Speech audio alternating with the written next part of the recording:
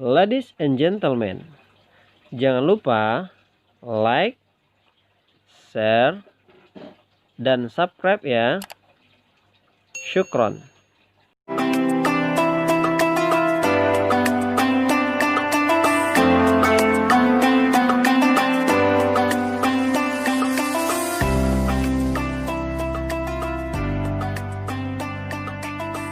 Assalamualaikum warahmatullahi wabarakatuh.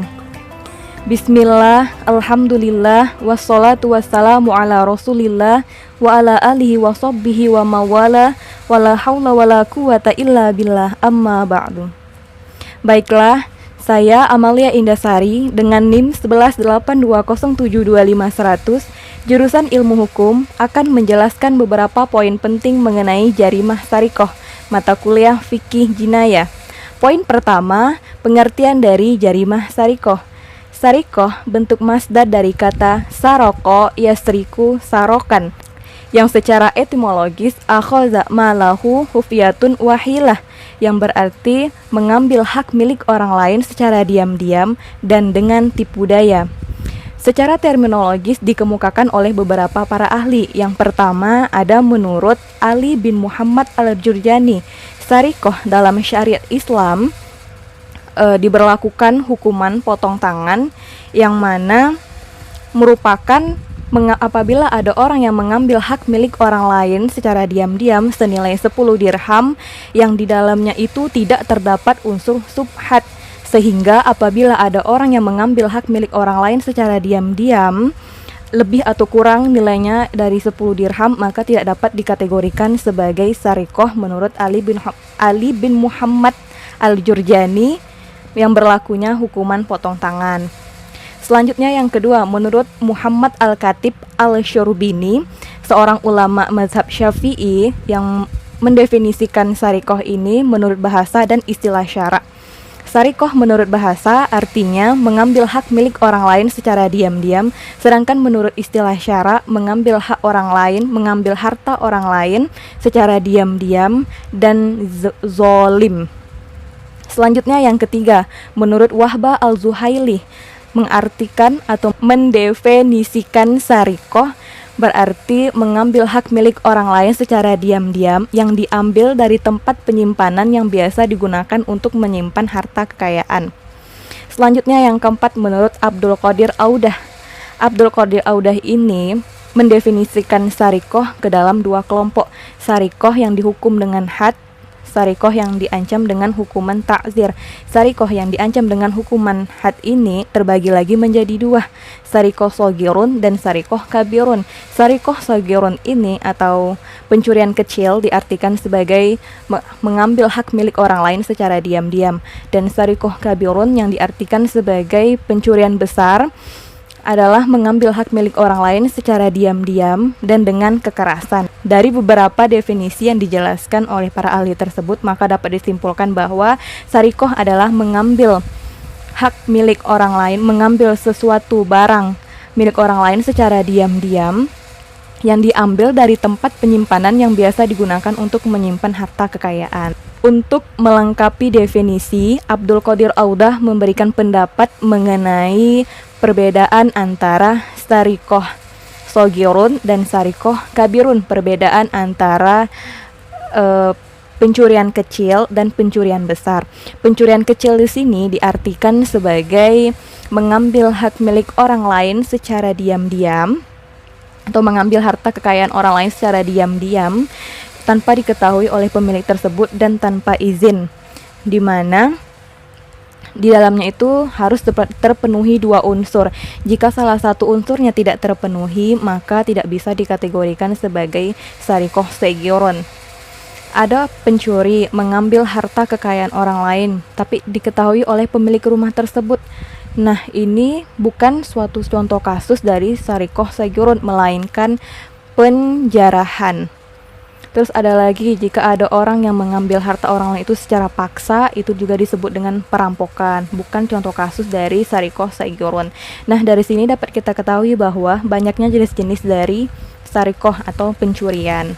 Selanjutnya, sarikoh kabirun atau pencurian besar diartikan sebagai mengambil hak milik orang lain, mengambil harta kekayaan orang atau mengambil sesuatu yang diambil secara diam-diam dengan menggunakan unsur kekerasan.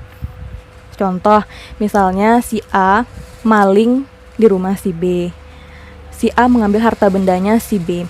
Ketahuan oleh si B, maka si A langsung melakukan kekerasan terhadap si B. Ini salah satu contoh dari sarikoh kabirun, pencurian besar, di mana dia melakukan suatu kekerasan. Nah, dari sini terdapat perbedaan antara sarikoh sagirun dan sarikoh kabirun atau pencurian besar dan pencurian kecil ini terletak pada unsurnya. Sarikoh sagirun atau pencurian kecil ini unsurnya tidak melakukan kekerasan, sedangkan sarikoh kabirun atau pencurian besar ini unsurnya melakukan suatu kekerasan. Selanjutnya, poin kedua mengenai dalil dan nisab barang curian. Sebagaimana firman Allah dalam Quran surah Al-Maidah surah yang kelima ayat 38 yang berbunyi, A'udzu billahi minasyaitonir rajim. Bismillahirrahmanirrahim.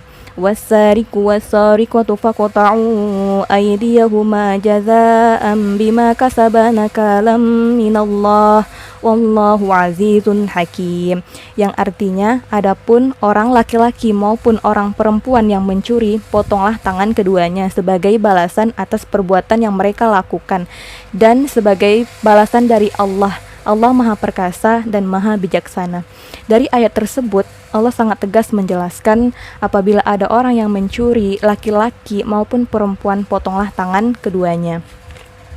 Ada beberapa perbedaan pendapat mengenai nisab barang curian. Pertama, pendapat dari Al-Qurtubi, sebagaimana sabda Rasulullah SAW, tangan pencuri akan dipotong jika mencuri sesuatu senilai 1/4 dirham atau lebih. Nah, jika ada orang yang mencuri nilainya itu tidak mencapai dari 1/4 dirham atau lebih, misal 1/2, 1/3, nah itu tidak bisa dikategorikan sebagai pencuri yang tangannya dipotong karena nilainya, nisabnya tidak mencapai.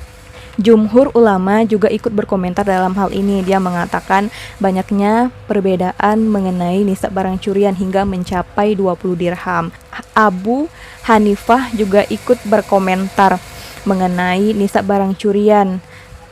Tangan pencuri akan dipotong jika mencuri sesuatu senilai 10 dirham.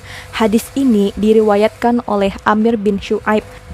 Hadis yang ditakhrij oleh Al-Daraqutni. Dari beberapa penjelasan mengenai perbedaan nisab barang curian ini, maka dapat dikelompokkan dua kelompok.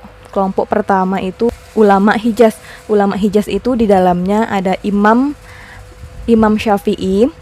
Terus yang kedua kelompok ulama Irak. Di dalamnya itu terdapat Imam Abu Hanifah.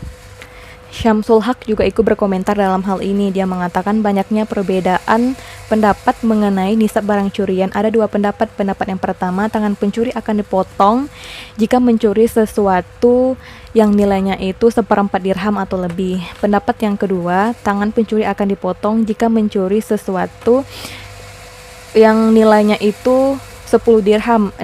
Dari kedua pendapat ini, yang paling kuat pendapat yang pertama. Hadis yang diriwayatkan oleh Bukhari Muslim dan muttafaqun alaih. Tangan pencuri akan dipotong jika mencuri sesuatu senilai 1/4 dirham atau lebih. Poin ketiga, mengenai syarat-syarat jarimah sarikoh. Salih Said Al-Haidar dalam bukunya Hay Al-Muttaham fi Majelis Al-Qoda menyebutkan ada 5 syarat-syarat dari jarimah sarikoh. Syarat yang pertama, pelakunya itu dewasa dan berakal sehat. Pencurian tidak dapat dilakukan karena pelakunya ini terdesak oleh kebutuhan. Sebagai contoh, kasus seorang hamba sahaya milik Khatib bin Balta'ah yang mencuri seekor unta milik seseorang, di mana dia langsung diadukan ke Umar bin Khattab. Lalu Umar bin Khattab ini justru membebaskannya, tidak menghukumnya, karena ia terpaksa untuk melakukannya. Syarat yang ketiga, tidak ada hubungan kerabat antara pelaku dan korban. Misalnya seorang anak yang mencuri harta ayahnya. Syarat yang keempat, tidak terdapat unsur subhat di dalamnya, seperti harta yang dicuri itu menjadi milik bersama antara pemilik dan pelaku. Dan syarat yang kelima, pencurian tidak terjadi pada saat terjadi peperangan di jalan Allah. Nah, itulah dia 5 syarat-syarat dari jarimah sarikoh yang harus diperhatikan dan diberlakukan untuk hukuman potong tangan.